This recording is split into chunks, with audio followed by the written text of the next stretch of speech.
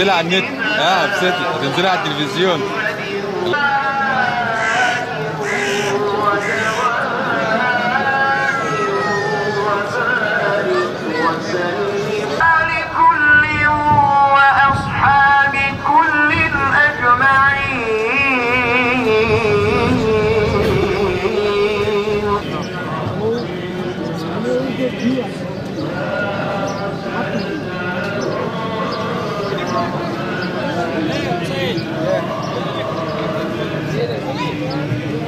Kurtuluşun en önemli göstergesi 5 vakit namazlara gönülden samimi bir şekilde huzur içerisinde, huşu içerisinde kılmamızı emrediyor. Kurtulan müminler kimlerdir?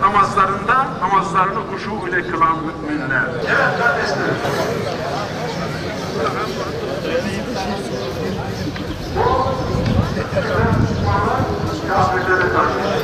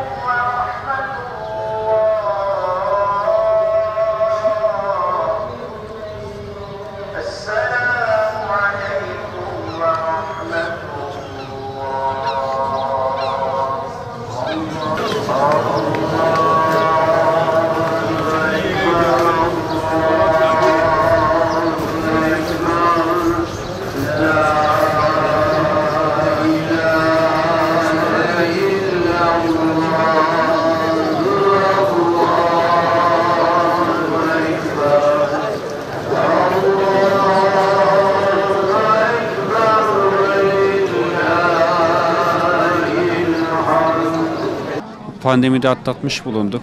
Oğlumla beraber geldik. İlk defa katılıyoruz. Tüm Müslümanların, İslam aleminin bayramı mübarek olsun. Hayırlı olsun inşallah. Hepsine, hasta olanlara şifalar diliyorum. Borçlu olanlara borçlarını edalar nasip etsin inşallah. Onun dışında zulüm gören, eziyet çeken, başta Filistin ve Arakan, Türkmenistan halkına hepsine Rabbim tez zamanda eziyetlerden kurtulmayı ve özgürlüklerine kavuşmayı nasip eylesin. Bizi burada topladığı gibi cennetinde de bir arada toplamayı nasip eylesin inşallah. Hepinize hayırlı bayramlar. Allah'a emanet olun. Çok mutluyuz. Allah bize nasip etti. İkinci defadır geliyoruz buraya. Allahu Teala inşallah gene nasip eder cümlemize. Bütün Müslüman aleminin bayramını kutlarım enişten. Buradan bütün Müslüman alemine selamlar olsun. İyi bayramlar dilerim.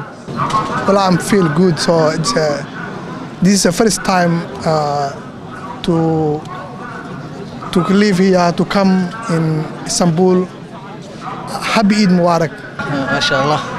I am very happy to pray this Masjid Sofia for first time. Is Eid al-Fitr. I'm very happy. All Muslims, all Muslim. تقبل الله منا ومنكم صالح الأعمال والحمد لله رب العالمين. I'm very happy. Thank you. I don't know because I'm from Manchester in England. So after COVID, this is the first time. Very impressed. Very, very big event. How are you feeling? Apprehensive. I've never been to anywhere like this. MashaAllah, this is very different. In our country, it's very, very different. We go to the mosque, not somewhere like this.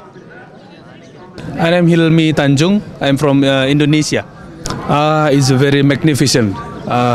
Very, very, the hero of Islam is all together here right now in the Turkey. Actually, we are coming from Seoul and in our journey to Indonesia. So this is we are very grateful with our Islamic together. Thank you.